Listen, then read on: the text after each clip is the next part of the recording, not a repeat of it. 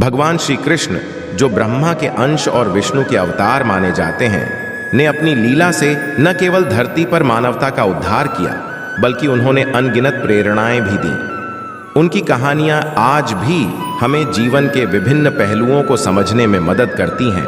इस कहानी में हम श्री कृष्ण की एक ऐसी लीला का वर्णन करेंगे जो हमें कठिनाइयों में आशा और साहस रखने की प्रेरणा देती है। एक बार की बात है, द्वारका में श्री कृष्ण अपने मित्रों के साथ खेल रहे थे। उसी समय वहां एक साधु बाबा आए। उनका नाम था नंद किशोर। वे बहुत बूढ़े और थके हुए लग रहे थे। उन्होंने सभी से कहा, हे भाइयों, मुझे बहुत भूख लगी है, क्या आप लोग मुझे कुछ खाने के लिए देंगे? सभी मित्रों ने साधु बाबा की ओर देखा और फिर धीरे धीरे एक दूसरे से कहने लगे, क्या हम अपने खाने का हिस्सा उन्हें दे दें? हमारे पास इतना भोजन नहीं है कि हम उन्हें दे सकें। सभी ने सोचा कि यह बहुत बड़ा जोखिम है, लेकिन श्री कृष्ण ने साधु बाबा की ओर देखा और मुस्कुराते हुए कहा, आप चिंता मत करें, मैं कुछ न कुछ व्यवस्था करूंगा। श्री कृष्ण ने तुरंत अपने दोस्तों को कहा, चलो हम सभी अपनी अपनी थालियां लेकर आते हैं। सभी मित्र श्री कृष्ण की बात सुनकर अपनी थालियां लेकर आए। श्री कृष्ण ने सभी थालियों को एकत्र किया और एक बड़े बर्तन में डाल दिया। उन्होंने नंद किशोर साधु बाबा से कहा, आप भी इसमें से खाइए। साधु बाबा ने आश्चर्यचकित होकर कहा, हे कृष्ण, आपके पास तो केवल थोड़ा सा भोजन था, आप इसे कैसे सबके साथ बांट सकते हैं? श्री कृष्ण ने मुस्कुराते हुए कहा, भोजन की मात्रा महत्वपूर्ण नहीं है, बल्कि इसे देने का भाव महत्वपूर्ण है।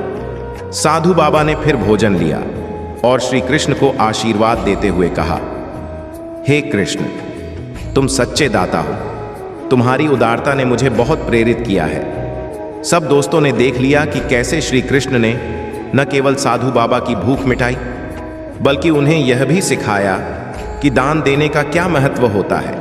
शिक्षा इस कहानी से हमें यह सीख मिलती है कि हमें हमेशा दूसरों की मदद करनी चाहिए, भले ही हमारे पास बहुत कम क्यों ना हो। दान देने का भाव और दूसरों की सहायता करने की भावना हमारे जीवन को समृद्ध बनाती है। जब हम दूसरों की मदद करते हैं तो हम स्वयं भी सुख पाते हैं। दूसरा उदाहरण, एक और घटना का वर्णन किया जाता है। जब एक गांव में सूखा पड़ा था, सभी लोग बहुत चिंतित थे। खेत सूख गए थे और फसलें बर्बाद हो गई थीं। गांव के मुखिया ने सभी को एकत्र किया और कहा, हमें किसी उपाय से इस समस्या का समाधान निकालना होगा। तभी श्री कृष्ण वहां आए और बोले, आप सभी चिंता न करें, मैं इस समस्या का हल निकालने का प्रयास करूंगा। उन्होंने सभी से कहा, आप सभी को मिलकर एक बड़ा यज्ञ करना होगा। यह यज्ञ हमें बारिश के लिए आह्वान करेगा। गांव वाले थोड़े संदेह में थे, लेकिन श्री कृष्ण के प्रति उनका विश्वास था। उन्होंने यज्ञ की तैयारी शुरू की। यज्ञ के दिन सब ने एकत्र होकर यज्ञ किया। यज्ञ की अग्नि में आहुतियां दी गईं और भगवान से प्रार्थना की गई। कुछ समय बाद आसमान में काले बादल उमड़ने लगे और बारिश होने लगी। सभी लोग खुशी से झूम उठे।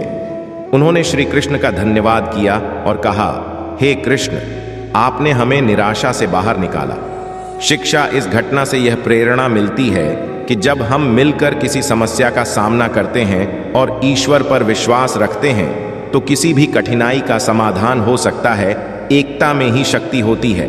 निष्कर्ष, भगवान श्री कृष्ण की शिक्षाएं हमें यह सिखाती हैं कि जीवन में कठिनाइयां आएंगी, लेकिन हमें हमेशा सकारात्मक रहना चाहिए और दूसरों की मदद करनी चाहिए।